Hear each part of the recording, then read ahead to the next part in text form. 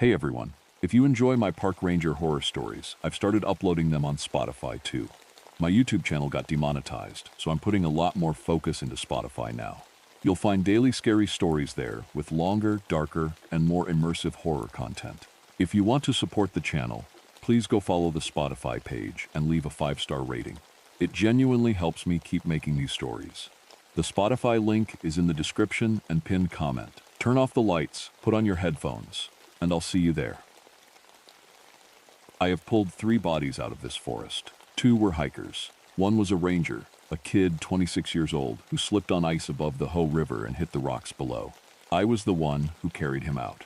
I was the one who called his mother. In 35 years of working Olympic National Park, I have seen things that would make most people quit on the first day. I have seen a black bear drag a 200-pound elk carcass uphill through mud like it weighed nothing. I have found a cougar kill so clean and so precise it looked like a surgeon had done the work. I have stood in the middle of the Hoh rainforest at 2 in the morning, alone with no flashlight, and felt perfectly fine about it. I do not scare easy. That is not me being tough. That is just 35 years of data. My name is Gerald Marsh. I was 61 years old when this happened. 3 years from retirement. I had already picked out the house. Small place near Sequim, west-facing porch. Good view of the mountains I was finally going to stop working in. I tell you all this so you understand the kind of man I was when I drove into the Hoh River Valley on the 4th of February. Skeptical, experienced, tired in the good way, the way that comes from knowing your job cold and doing it anyway. The call had come in at 6 that morning, routine. A weather event 2 days earlier had dropped nearly 4 feet of snow in the backcountry zone above the visitor center. A volunteer trail crew doing a sweep had reported an obstruction on the Hoh Lake Trail, something across the path about 3 miles in. They hadn't gone close. The snow was still heavy, temperature was sitting around 18 degrees, and they were volunteers, not idiots. My supervisor asked if I wanted a partner. I told him no. 3 miles in, something across the trail, probably a downed cedar, maybe a debris slide. 2 hours of work, maybe 3, then back to the station for coffee and paperwork. I parked at the end of the plowed road, shouldered my pack, and started walking. The Hoh rainforest in February is not what most people imagine when they think of Washington State. There is no green. The big maples are bare, their branches wrapped in thick moss that hangs down like gray curtains. The spruce and fir are dark and heavy with snow. The sky was low that morning, the color of old concrete, and the only sound was my own boots breaking through the crust of the snow, and somewhere far away, the river. It took me 2 hours to reach the 3-mile mark. What I found there was not a downed cedar. I smelled it before I saw it. Not rot, it was too cold for that, something else. Copper, sharp and heavy, the way the air smells after lightning hits close. My brain registered it and filed it before I even understood why.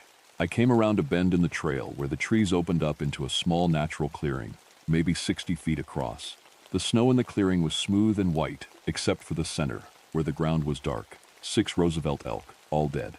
They were arranged in a rough semicircle, their bodies facing inward, like they had all turned toward the center of the clearing at the same moment. Big animals, the largest one I estimated at around 800 pounds. Cows, mostly, 1 young bull. I stood at the edge of the clearing for a while before I went in, not because I was scared, because something about the arrangement looked wrong in a way I couldn't name yet. And I have learned over 35 years that when something looks wrong, you take a minute before you walk into it. I put on my gloves and went in. No blood in the snow. That was the first thing. 6 elk all dead, and the snow around them was white and clean. No spray, no pool, no drag marks. In every predator kill I had ever seen, cougar, bear, wolf pack, blood is the first thing you see. It's everywhere. It soaks into the snow in great dark circles, and you can smell it from 20 yards out. There was none. The snow was clean. I crouched next to the nearest animal, a cow, maybe 450 pounds, and examined her. No visible wound, no bite marks on the neck, no claw marks on the flanks, no broken legs. Her eyes were open and her face was absolutely expressionless. Not the twisted look of an animal that fought or panicked. Just still, like something had switched her off. I checked all 6. Same thing, every one of them. No wounds I could find, no blood. I took photographs of everything. Working methodically, the way you do when you're writing a report in your head while your hands do the work. I measured the spacing between the bodies. I recorded the GPS coordinates. I wrote in my notebook, unknown mortality event, 6 Roosevelt elk, adult females and subadult male, arranged in semicircle, natural or intentional. No apparent cause of death, no blood, temperature 18 Fahrenheit. Snow depth 44 inches. Then I found the tracks.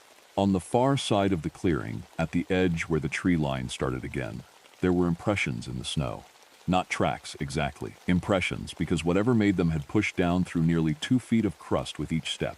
Wide, roughly oval. I put my boot next to one, and my boot looked small. I measured them. 14 inches wide, 22 inches long.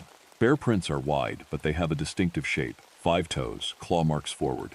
These had no claw marks. They were smooth and rounded at the front, almost like a very large, very wide human foot. The depth suggested something extremely heavy. I estimated 3, maybe 400 pounds of pressure per square foot based on the snow compaction. I measured the stride. The distance between prints was 9 feet 2 inches, bipedal. Whatever this was, it was walking on 2 legs. And whatever was between those legs was somewhere in the neighborhood of 8 to 10 feet tall. And it was heavy enough to punch through snow that my snowshoes were barely denting. I stood there and looked at those tracks for a long time. Then I did what I always do. I wrote it down, took more photographs, and came up with a rational explanation. Bear drag, I decided. A bear had killed the elk somewhere else, drained them somehow, arranged them for cache storage. Bears in February are in and out of torpor, not true hibernation, and a big male black bear in a lean year will do strange things. The tracks were unusual, but wildlife tracks in unusual snow conditions do unusual things. I camped that night 50 yards from the clearing. I slept fine. That is the part I keep coming back to. I slept fine. The second day is when I started to understand that I was not alone. I don't mean I heard something or saw something. I mean I started noticing patterns, and patterns are what I do. 35 years of field work means you develop a kind of background awareness, like a radar that runs all the time without you thinking about it. And my radar, on day 2, was picking something up. It started with the food cache. I hang my food bag when I camp in the backcountry, standard practice, 10 feet off the ground between 2 trees, to keep bears and small animals out of it.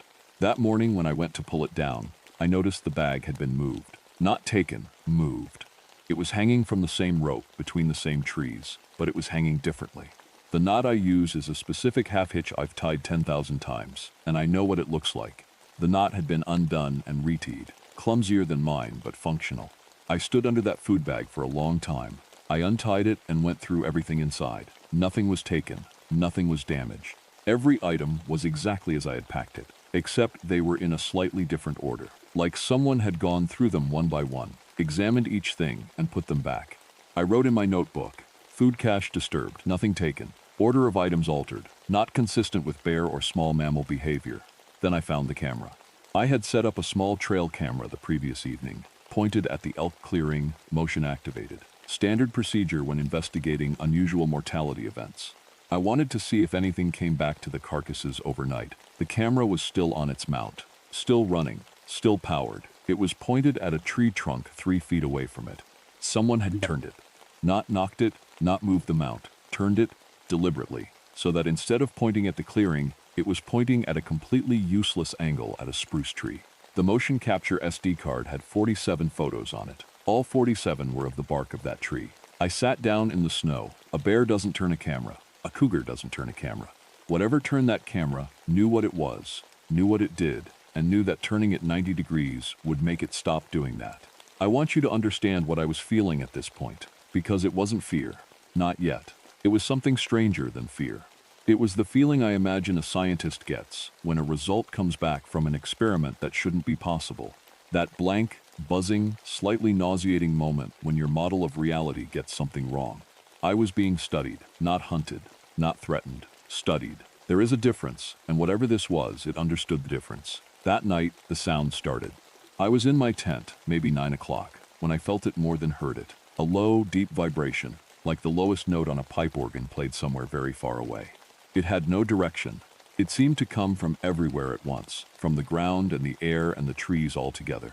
It sat in my chest, in my sternum, and it resonated there the way sound resonates in a hollow thing. I lay still and I listened to it, and I timed it on my watch. It came in slow pulses, roughly 8 seconds apart. It went on for 45 minutes and then it stopped. I wrote it down. I estimated the frequency, below 60 hertz, possibly below 20, which would put it in the infrasound range, below what human ears can normally detect. Some large animals produce infrasound. Elephants, tigers. I wrote that down too. I told myself there was an explanation. I almost believed it. On the third night, I saw it. I didn't plan to. I was asleep, or I thought I was. That half sleep you fall into in the cold when your body is tired, but some part of your brain stays switched on. I came awake all at once, sitting up in my sleeping bag, with no idea why. The tent was vibrating, not shaking, vibrating. A fine, high-frequency trembling in the nylon, in the poles, in the ground under the sleeping pad. The sound was back, but stronger, much stronger. I could feel it in my back teeth. I sat there for a minute, breathing slowly, the way I have trained myself to breathe when something is wrong and I need to think clearly. Then I unzipped the tent. It was a clear night. Rare for February in the Olympics, but there it was, a hard clear sky, black and full of stars, and a three-quarter moon that was laying down enough light to read by. The snow was brilliant. The trees were black against it. The clearing was empty. I stood outside my tent in my boots and my jacket, and I looked at the tree line all the way around. Nothing. The sound was fading now, tapering back down the way it always did, slow and even. I waited. Then it moved. At the far edge of the clearing, where the big Sitka spruce grew thick and close together, something came out of the trees. I want to be precise here because I am a precise man. I am not given to exaggeration, and I have no interest in making this sound more dramatic than it was. So I'll tell you exactly what I saw. It was large, very large. It moved upright on two legs, and its head cleared the lower branches of the spruce trees, which I know from memory to be around 9 feet off the ground. It was dark, not black exactly, but a dark gray-brown, and there was a texture to it like heavy fur or matted vegetation. I could not tell which at that distance.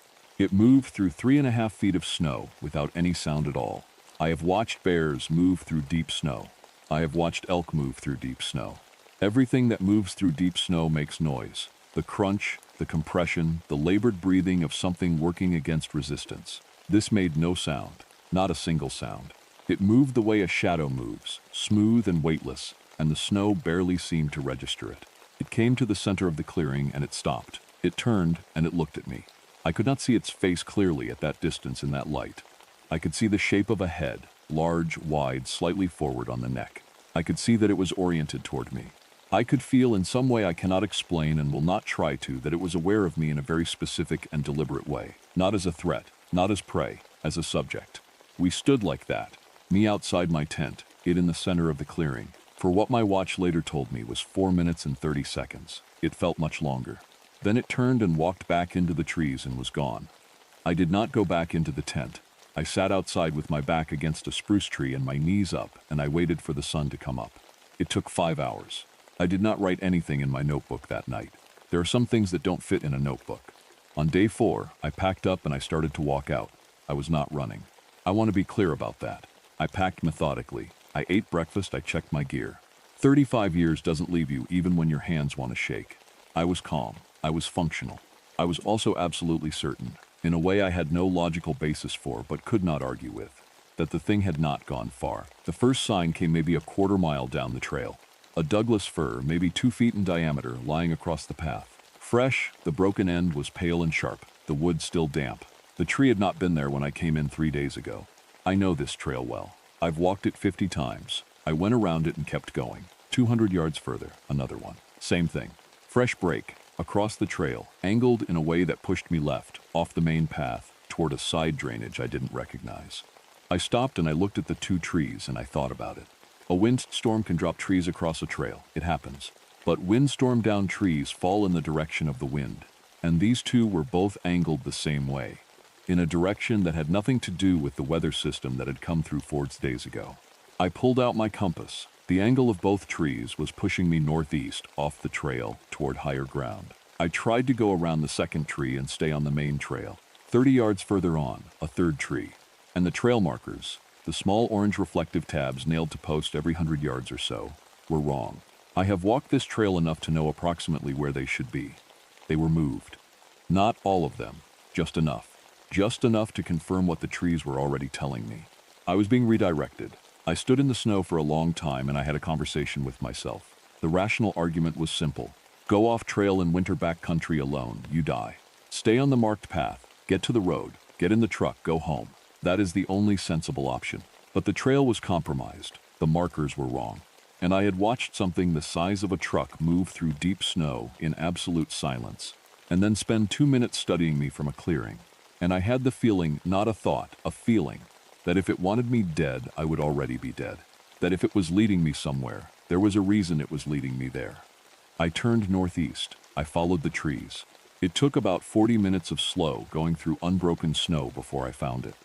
A collapsed western red cedar, massive, the kind that takes 3 people to get their arms around.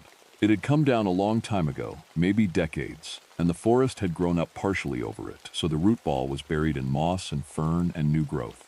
But the storm had shifted something, moved some of the debris, and there, underneath the far end of the root ball where it had pulled free of the ground, was an opening, not a gap, an entrance. It was roughly 6 feet tall and 4 feet wide, and it went down at a slight angle into the earth, and the cold air coming out of it had a smell to it, old and deep and mineral, like the inside of a well. I got out my flashlight. I thought about not going in. I went in. The tunnel went down for about 20 feet and then opened up into a larger space. A natural chamber, maybe 30 feet across, with a low ceiling of packed earth and roots. My flashlight moved around the walls, bones, everywhere, sorted almost, not randomly scattered, but arranged in a way that suggested long habit, long occupation. Animal bones of every size, deer, elk, bear, smaller things I couldn't immediately identify. Old bones, ancient bones, bones that had turned the pale yellow of very old ivory. Dozens of species. Decades, maybe centuries, of accumulation. I moved the light slowly and I took it all in and I made myself stay calm and professional and empirical. Den site. Long-term habitation. Evidence of sustained predatory activity over extended period. I was making notes in my head even as my hand with the flashlight was shaking slightly. Then I found the human section.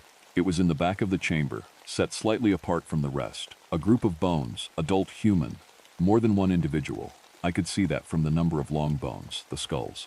4, maybe 5 people, old. Decades old at minimum, possibly much longer. The bones had the same yellow patina as the animal remains around them. They had not been disturbed. They had not been hidden.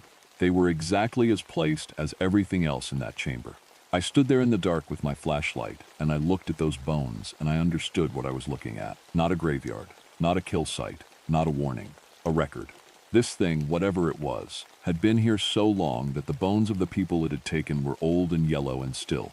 It had been here before the trails, before the park, before the rangers and the visitor center, and the interpretive signs about the old-growth forest. It had been here when those people, those 4 or 5 people whose bones sat so quietly in the back of that chamber, had walked into this forest and never walked out. And it had led me here not to threaten me, not to add me to the collection, but to show me. To make sure that at least one person who could write things down understood something very simple and very important. This was here first. This has always been here. And it will be here after every road and trail and ranger station and retirement home in Sequim has gone back to moss and rain. I stood in that cave for a very long time before I turned around and walked out. I reached the ranger station at 4:47 in the afternoon. The woman at the front desk took one look at me and asked if I was all right. I told her I was fine. She looked like she didn't believe me, but she didn't push it. People around here learn not to push things with old rangers. We get a certain look sometimes, and the kindest thing is to let it pass. I sat down at my desk. I got a cup of coffee. I stared at the wall for a while. Then I wrote the report. I described the elk. 6 animals, unusual arrangement, no visible cause of death, no blood, no predator sign.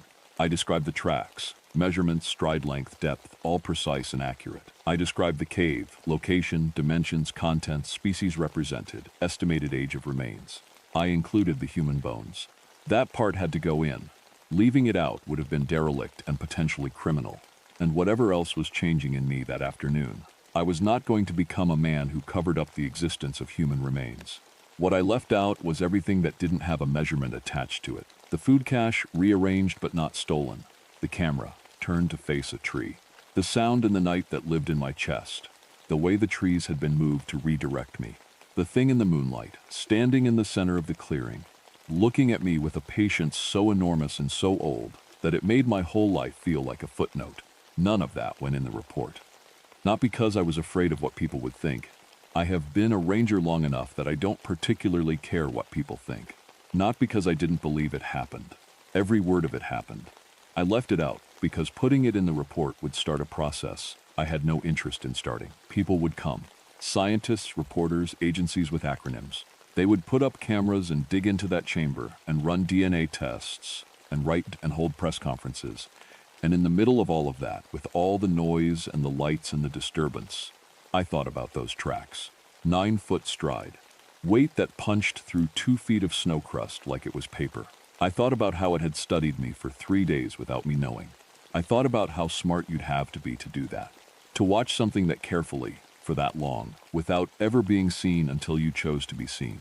I thought about what something that smart, something that patient, something that old, would do if a fleet of government vehicles and news trucks rolled into its valley and started digging up its home. I closed my notebook. My supervisor came by around 5:30. Young guy, good ranger, asks the right questions. How'd it go out there? He said. Fine, I said. Wrote it all up. Cave's going to be a process. Medical examiner, probably state police. Probably, I said. He leaned against the doorframe. So you were out there 4 days. Anything else come up? Any wildlife encounters? Looked at him. I thought about the clearing, the moonlight, the shape at the tree line, 9 feet tall, moving through deep snow without a sound, turning to look at me with a patience I will never forget. I thought about the message in that cave, written in bone over what might have been centuries. I thought about my porch in Sequim and the mountains I was going to watch from it, and the long, quiet years I had left to live, if I chose my words very carefully right now. I said no. He nodded and walked away. I put in for early retirement before I left the building that afternoon. Typed it up, printed it, signed it, walked it to HR myself. 3 years early.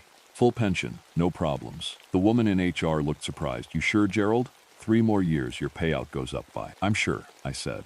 I drove home along the river road. The mountains were on my left, dark against the last light, the kind of massive and permanent you stop seeing after 35 years. I saw it that night. I sat in my truck in my driveway for a long time, looking at the tree line behind my house.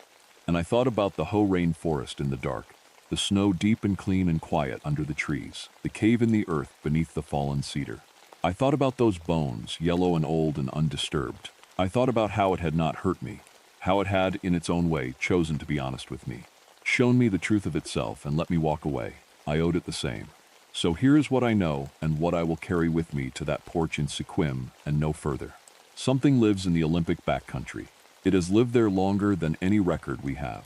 It is intelligent, more intelligent than we have language for, because the language we have for animal intelligence is built on the assumption that nothing out there is as smart as we are. It is not aggressive, but it is absolute. It has a territory, and the territory has rules, and the rules are older than the park, older than the trails, older than the name we gave to those mountains. And it knows us. It has always known us. It watches us walk into its forest with our GPS units and our trail cameras and our laminated maps, and it watches us walk out again, most of us, anyway, and it does not interfere, most of the time. The next ranger they send up the Ho Lake Trail will find the elk carcasses are gone. There will be nothing there but snow. The camera I left behind will be found either destroyed or missing. The cave, if whoever I sent the report to ever gets up there to look, and if it allows that, the cave will be empty, clean, like nothing was ever there. That is what I believe. I could be wrong. I have been wrong before. I am an empirical man, and the evidence I have is incomplete and subjective and not reproducible under controlled conditions. But I am also, for the first time in 35 years, glad that I chose not to look at everything too closely. Some things are not findings. Some things are warnings. And some things were here before us and will be here after us, and the only reasonable response to that, the only honest, sensible, self-preserving response, is to write your report, hand it in, drive home along the river road, and let the mountains keep their secrets. I start my retirement in 60 days. I have already decided I will not take walks in the woods.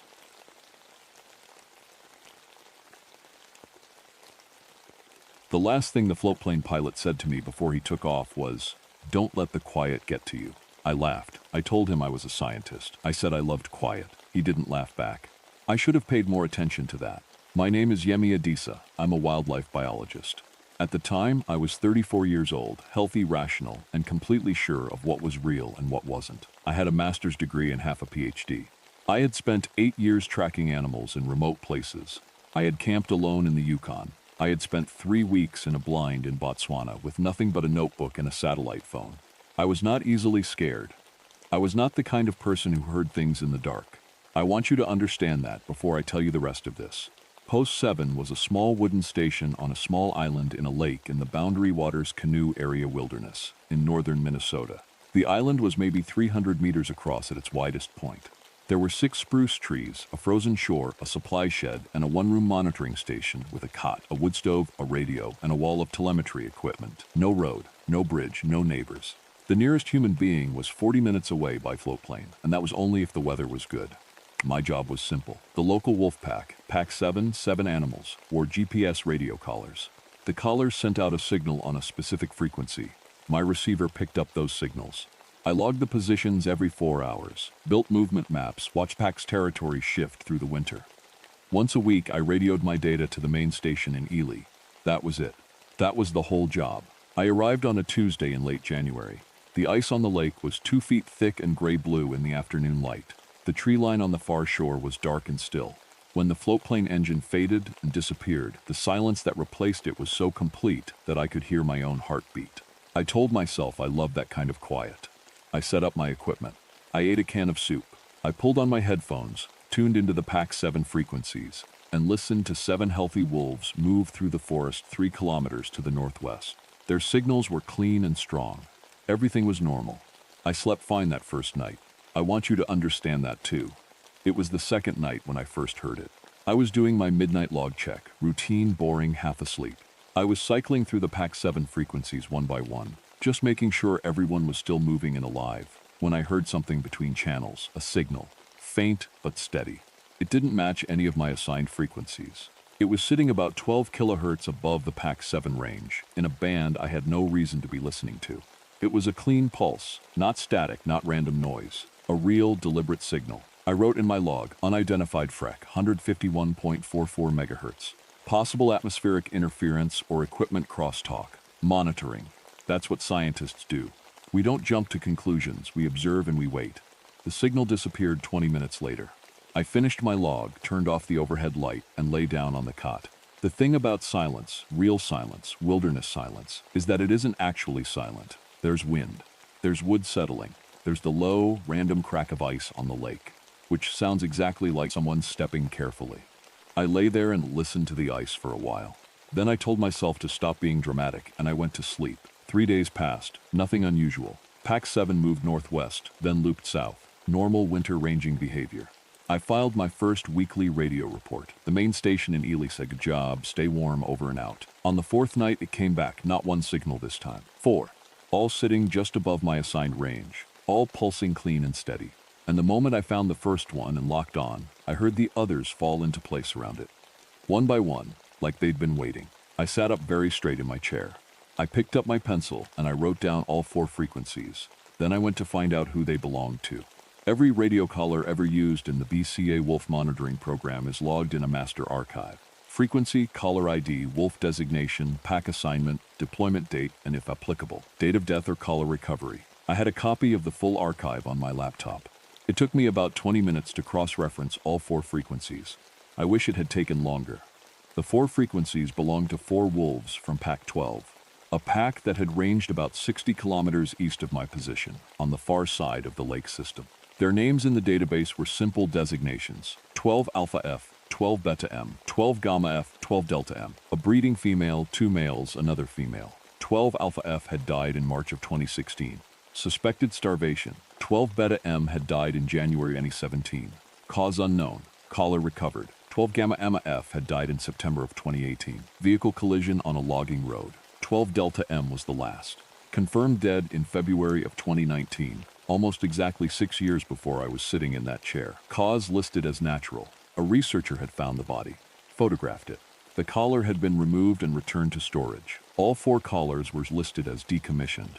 2 were in a storage locker in Ely. 1 had been destroyed in a lab fire. The last one's location was listed as unknown.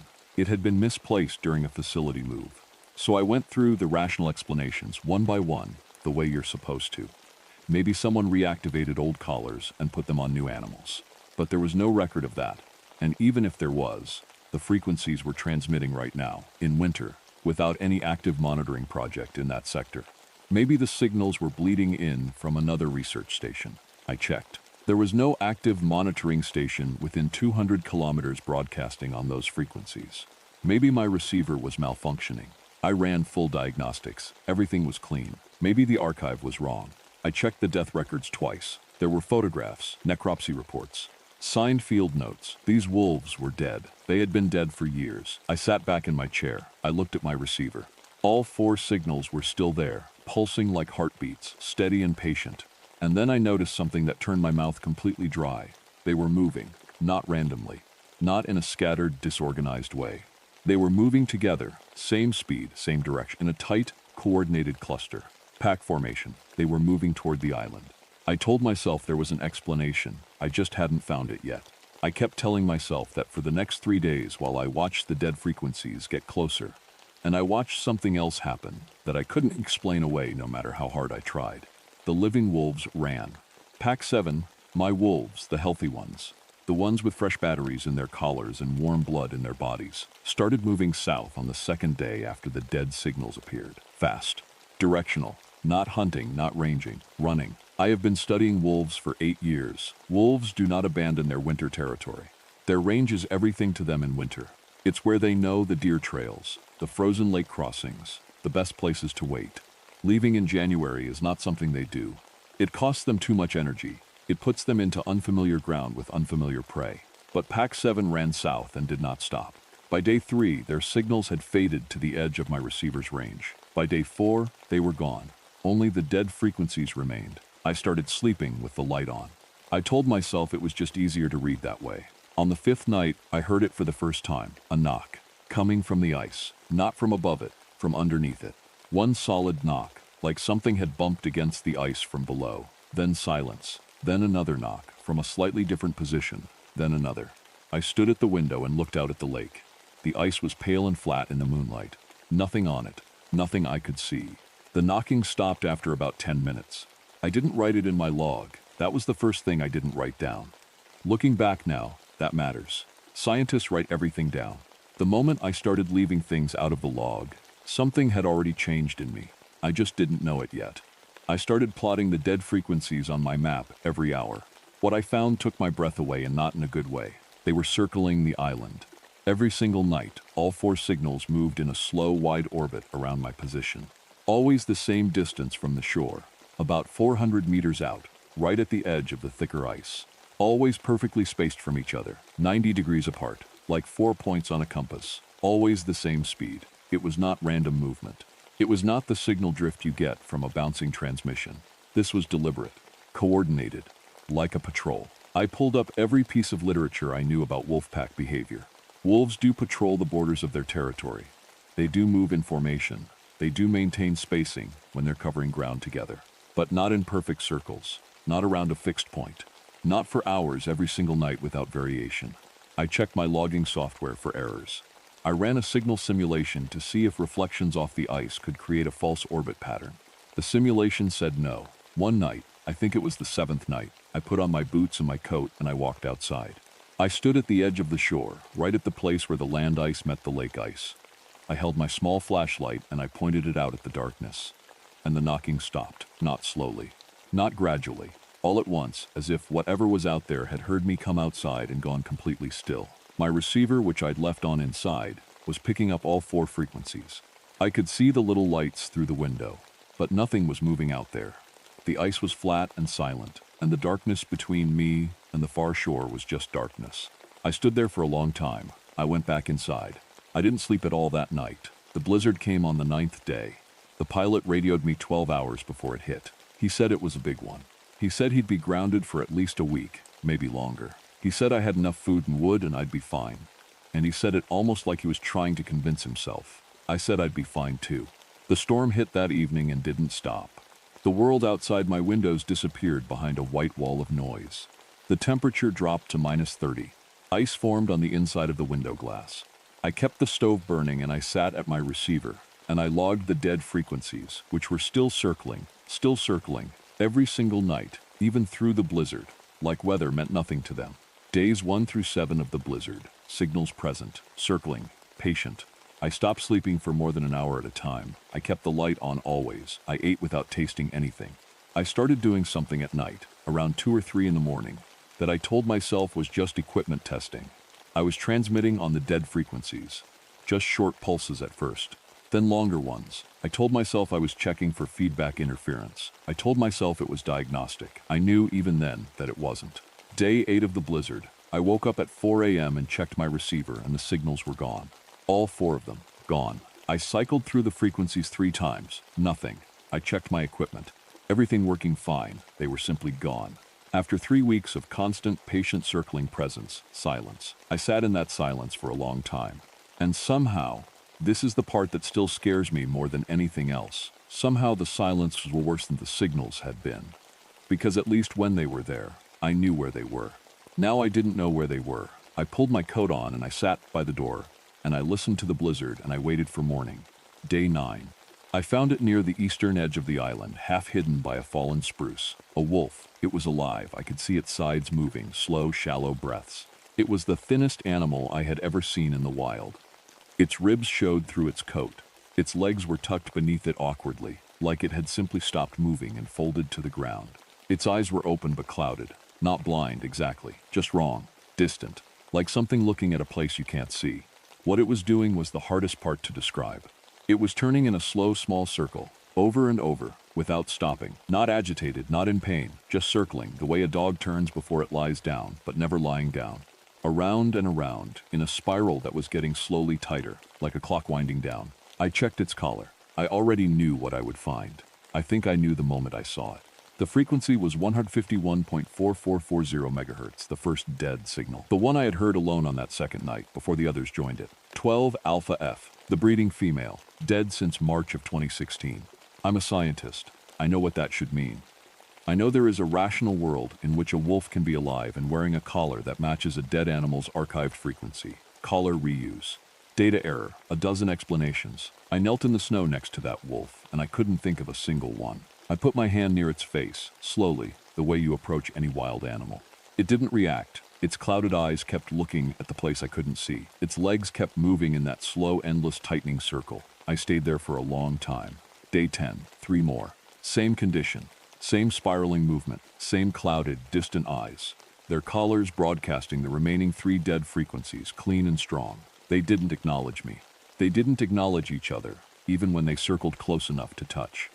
I stopped filing radio reports. I realized this only later, that at some point I had simply stopped walking to the radio and sitting down. It didn't seem important anymore. Nothing inside the station seemed important anymore. I started going outside and sitting at the tree line, facing the forest. I don't know exactly what I was listening for. I'm not sure I was listening for anything. It felt more like waiting. Like something very large was nearly finished with whatever it was doing, and I just needed to be still and let it finish. The 4 wolves circled behind me in the snow. The wind was low. The blizzard had broken. The stars above the tree line were so bright it almost hurt. I sat very still and I faced the trees. And somewhere between the silence and the cold, something I cannot describe and will not try to describe, something in the darkness between the trees, looked back. It did not frighten me. That is what frightens me now. The float plane arrived on day 11, mid-morning. I heard it before I saw it. The engine cutting through the cold, clear air, dropping down from the northwest. I was outside when it landed. I had been outside for a while. I was sitting in the snow near the tree line, facing the forest, very still. I was not cold. The pilot came across the ice and stopped a few feet away from me and said my name. I turned and looked at him. I was fine. I knew I was fine. I could feel everything clearly. The cold, the light, the sound of the plane engine still ticking as it cooled. I was not confused. I was not distressed. He asked me why I hadn't filed a radio report in 6 days. I told him I couldn't find the right frequency. He asked me how long I'd been sitting outside. I told him I wasn't sure. He looked at the tree line and then back at me, and then he asked me if I was ready to go. I stood up. I brushed the snow off my coat. I asked him if there were any other ranger stations on this lake. He said no. Post 7 was the only one. I nodded. I said I know. I just wanted to confirm it was them I'd been talking to. He didn't ask me who I meant. I don't think he wanted to know. He took me home. I left the BWCA the following week. I told my supervisors it was a personal matter. I went back to Chicago, and I sat in my apartment for about 2 months. And then I got a job teaching introductory biology at a community college. And I never went back to field research. I am fine. I want to be clear about that. I sleep, I eat, I laugh. I have a life that looks completely normal from the outside, and mostly it is. I just don't go into forests anymore. I don't own a radio. And sometimes at 2 or 3 in the morning, when I wake up and the apartment is quiet, I find myself sitting at my kitchen table facing the window. Very still, very calm, with no memory of having gotten up. I don't know how long I've been sitting there. I never know. There's one more thing.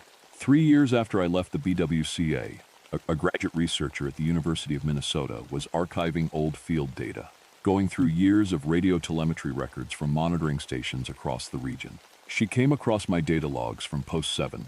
The movement records were there, the PAC 7 logs, all the normal stuff.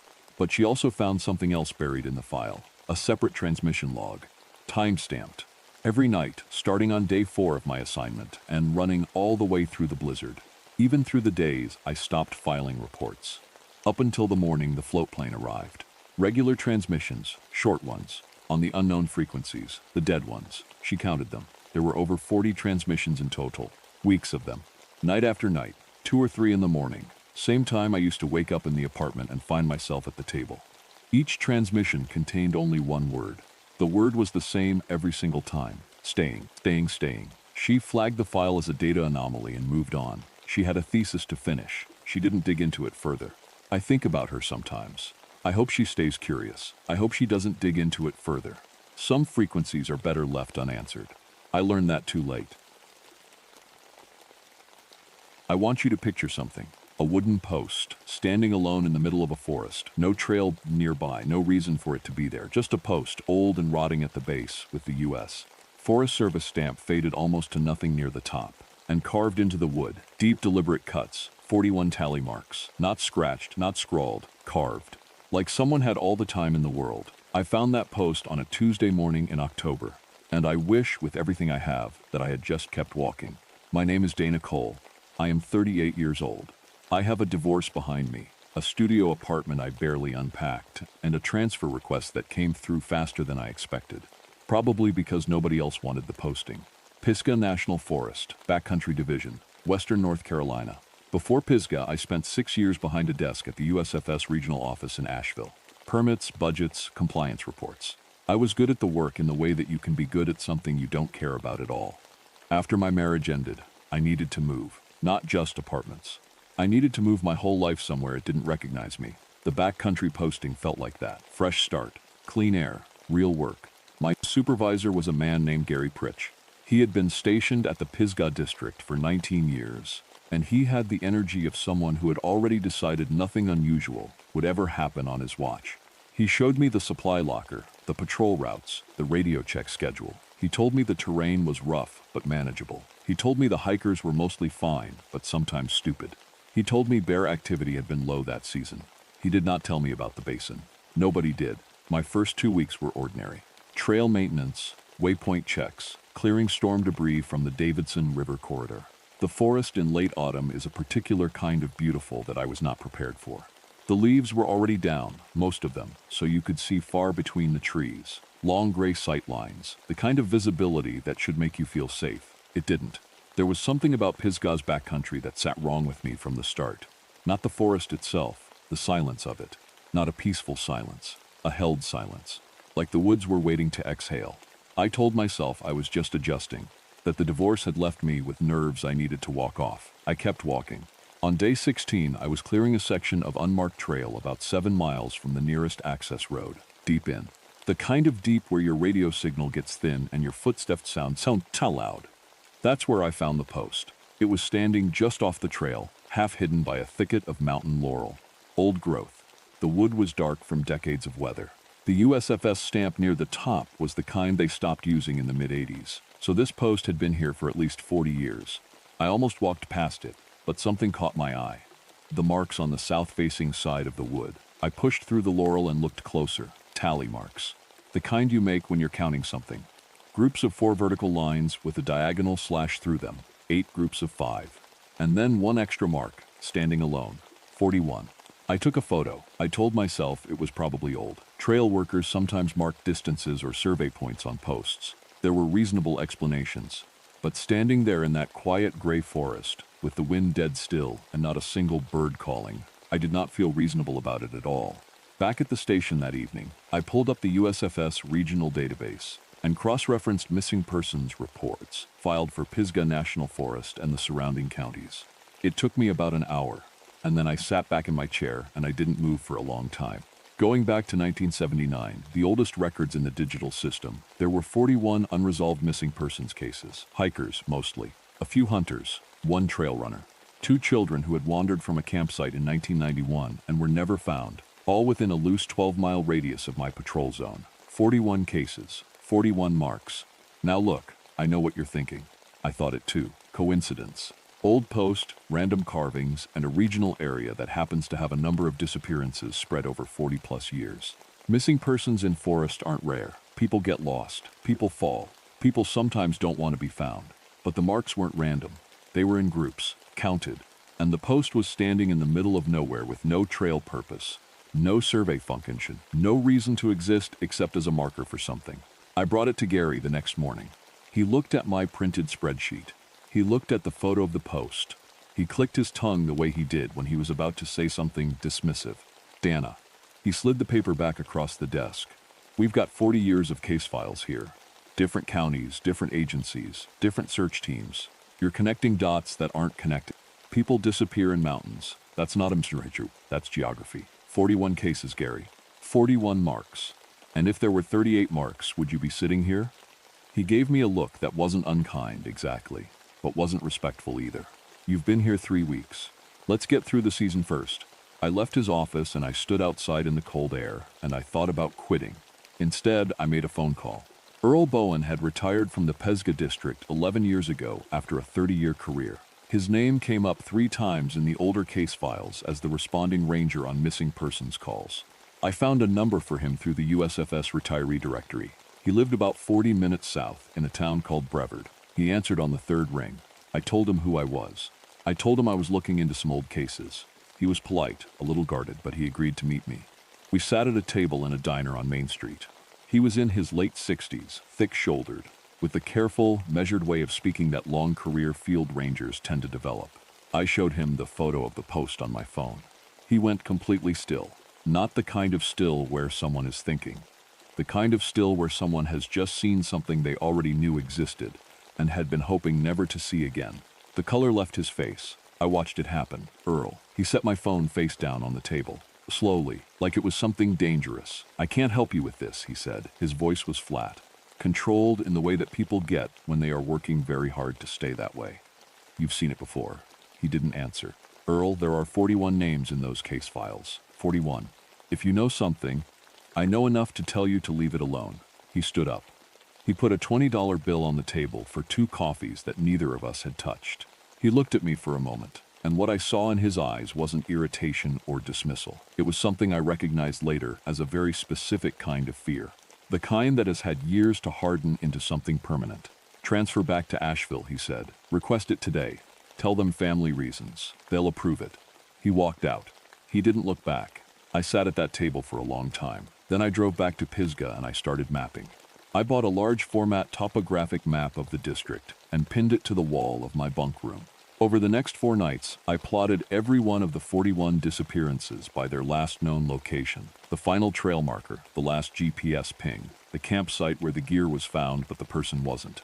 On the first night, it looked like scatter, random points across a wide section of terrain. On the second night, I started seeing something, a density. The cases weren't spread evenly. They concentrated toward the western edge of my zone, toward the older, less traveled sections of the backcountry. On the 3rd night, I drew lines between the clusters, oldest cases to newest, and what I saw made my stomach drop. It wasn't random scatter. It was a spiral. A slow, loose spiral, tightening over decades, pulling inward toward a single point near the center of the western backcountry. A low-lying area surrounded by ridgeline on 3 sides, sheltered, invisible from any maintained trail. There was no official place name for it in the USFS database. No trail designation, no survey marker, no campsite record. But in a handwritten note attached to a 1987 case file, a note written by Earl Bowen himself, there were 3 words written in the margin, near Grinner's Basin. I stared at those words for a long time. Then I searched every map I could access, USG's topographic, USFS district, county surveyor records, even old Forestry Commission documents from the 1940s. Grinner's Basin did not appear on a single one. A place with a name but no map. That alone should have stopped me. It didn't. On a Friday morning, I told Gary I was doing a solo waypoint check on the western corridor. I packed 3 days of supplies, my service radio, a sidearm I was qualified to carry but had never drawn in the field, and I went in. The hike to the area took most of the morning. The terrain got rougher past mile 5. The trails thinned out and then stopped existing. I was moving through old growth, trees so large around that two people couldn't link hands around them. The forest floor was thick with wet leaves. No sound except my own footsteps, and somewhere far off, water moving over rock. The light changed when I got close. I don't know how else to say it. The canopy was dense enough that the afternoon light came down in narrow gray shafts, and there was a stillness that pressed against you like a hand. I smelled it before I saw it. Not rot exactly. Something more complex. Wood smoke, old and cold, tanned hide, damp earth turned over and turned over again. And then I came through a stand of hemlocks and I stopped walking. The structure was maybe 60 feet in front of me. I have tried to describe this structure to people since, and I always fail to make them understand what made it so wrong. Because from a distance, you might almost call it clever, resourceful, even. But up close, it was something else entirely. It was built low to the ground, half dug into the slope of the basin. The walls were made from salvaged trail signage. Those brown wooden boards with yellow lettering that mark distances and directions throughout the forest. They'd been stripped from their posts and layered like siding, the words still visible on some of them. Davidson River 3.2 mi, Bear Pen Gap, no camping beyond this point. The roof was a patchwork of gear, tarps, tent fabric, layered and weighted down with stones. And the frame was built from timber that hadn't been cut so much as broken. Thick branches snapped and lashed together with what appeared to be cord. And the leather. Stretched across sections of the outer wall, cured and dried to a dull brown, were panels of what I first thought was animal hide. Deer, maybe. Bear. I told myself that. I kept telling myself that. The entrance had no door, just a low opening covered by a hanging piece of canvas. I stood there for a full minute, listening. Nothing moved. Nothing made a sound.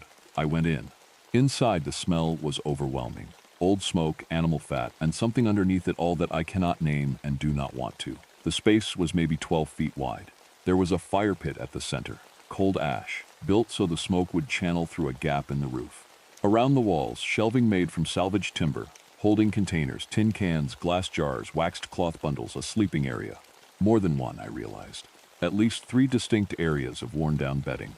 And on the central shelf, sitting between 2 flat stones like it was on a podium, a logbook. It was thick, maybe 200 pages, bound in dark leather that I was careful not to think about too hard. The cover had no title, just a symbol pressed into the leather, a single tally mark. I opened it. The handwriting inside was cramped and precise, almost beautiful in its consistency. The earliest entries were in ink that had faded to a pale rust color.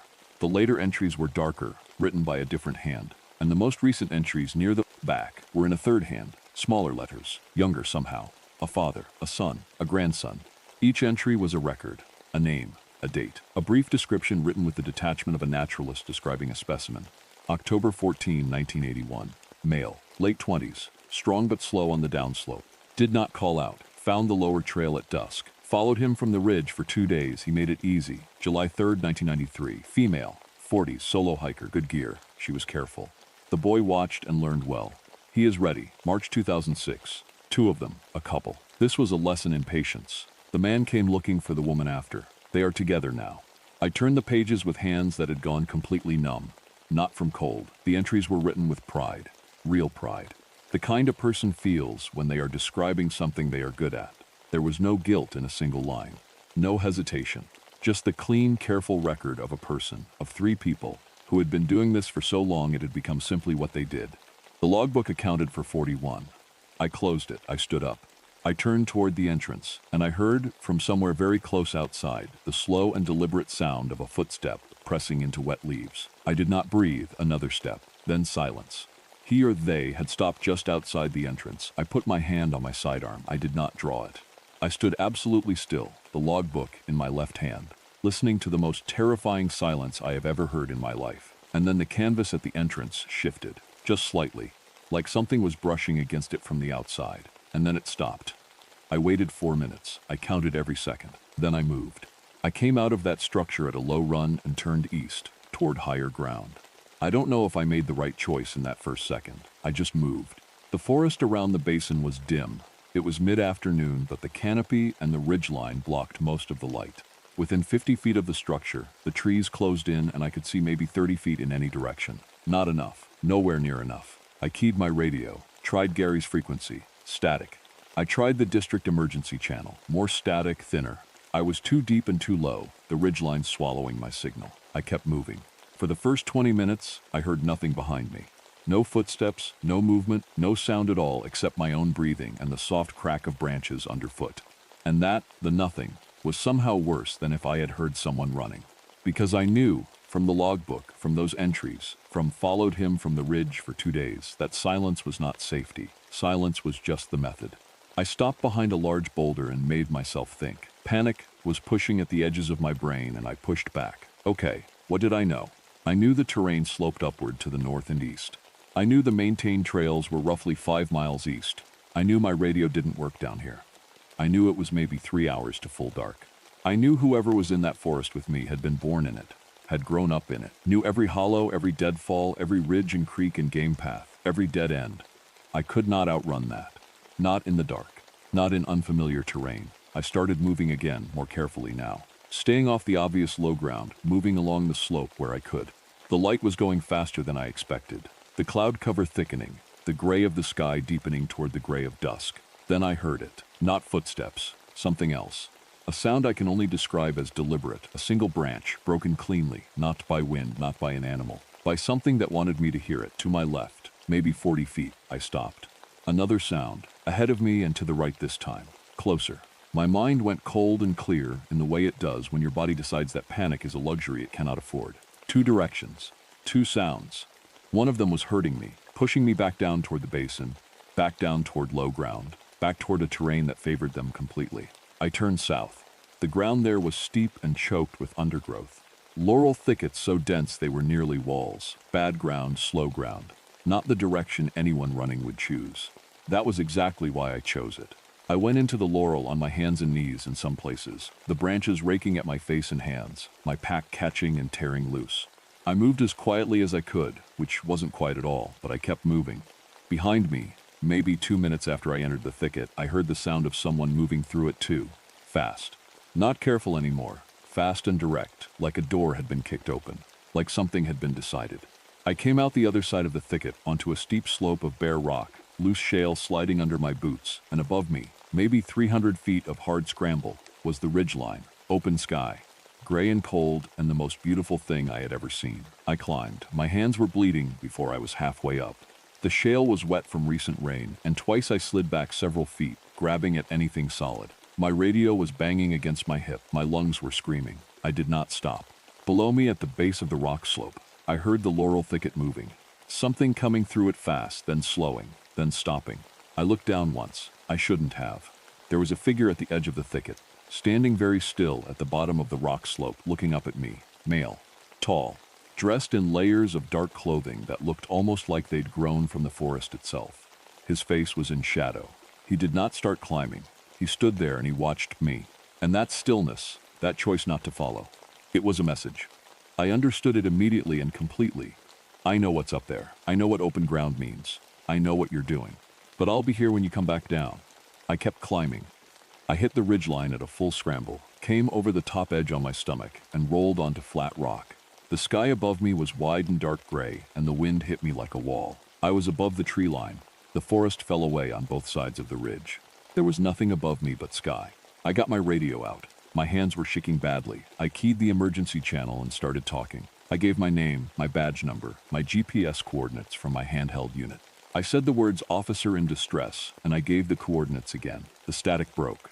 Gary's voice came through, confused and then alarmed. I talked until I heard the words were coming. Stay on the ridge. Do not come down. I sat on that rock in the cold wind, and I watched the tree line below me on both sides of the ridge. The forest was dark now, full dark. The trees below me, shapes against a slightly less black sky. Nothing moved. Nothing that I could see. Search and rescue reached the ridge 40 minutes later. I heard their voices before I saw their lights. When they came over the ridgeline and I saw their faces, I did something I had not done once during the entire night. I cried. Just briefly. Just enough. Then I told them everything, and we did not go back down until morning. The search of Grinner's Basin took 11 days. 3 bodies were recovered, all skeletal, all buried within a 200-foot radius of the compound. Forensic anthropologists estimated the oldest remains dated to the late 1970s. The most recent were significantly fresher, within the last 2 to 3 years. The compound itself was documented by a USFS evidence team, and then, after several weeks of legal and jurisdictional argument, dismantled. The logbook was taken to the FBI field office in Charlotte. A forensic linguist confirmed 3 distinct authors across a span of roughly 50 years. The leather panels on the outer walls were not animal hide. I won't say more than that. A man was identified from DNA evidence cross-referenced against a partial record that had been sitting unmatched in the CODIS database for 9 years. He was connected to the 3rd generation of entries. The son, middle generation, was believed to have died sometime in the mid-2000s. The father, the original author, died before any modern records could reach him. He was buried, they found, beneath the floor of the compound. 3 generations, 1 isolated stretch of wilderness. 50 years the grandson was never found. A search covering the full 12-mile radius turned up trails and caches, and what appeared to be long-term observation points. Elevated platforms built into the upper branches of old-growth trees, invisible from the ground. But no person, no trace of a living man, except for the signs of someone who knew exactly how to leave none. I requested a transfer back to Asheville. I told them family reasons, just like Earl Bowen told me to. But before I left, I drove out to the trailhead nearest to where I had found the original post. I told myself I just needed to see it one more time, to close something in my head. I don't know if that's the real reason. I pushed through the mountain laurel and I stood in front of the old USFS post. I looked at the south-facing side. There were 42 marks now. The 42nd was fresh. The wood was still pale at the cut edges, not yet darkened by weather. It had been carved recently. In the past few weeks, I took a photo. I sent it to the FBI case agent without a message. No explanation needed. Then I stood there in the gray autumn quiet and I looked at the tree line around me. Long sight lines between bare trees in every direction. The kind of visibility that should make you feel safe. I looked for a long time. I didn't see anything. But you have to understand, that was never the part that scared me. What scared me was the knowing.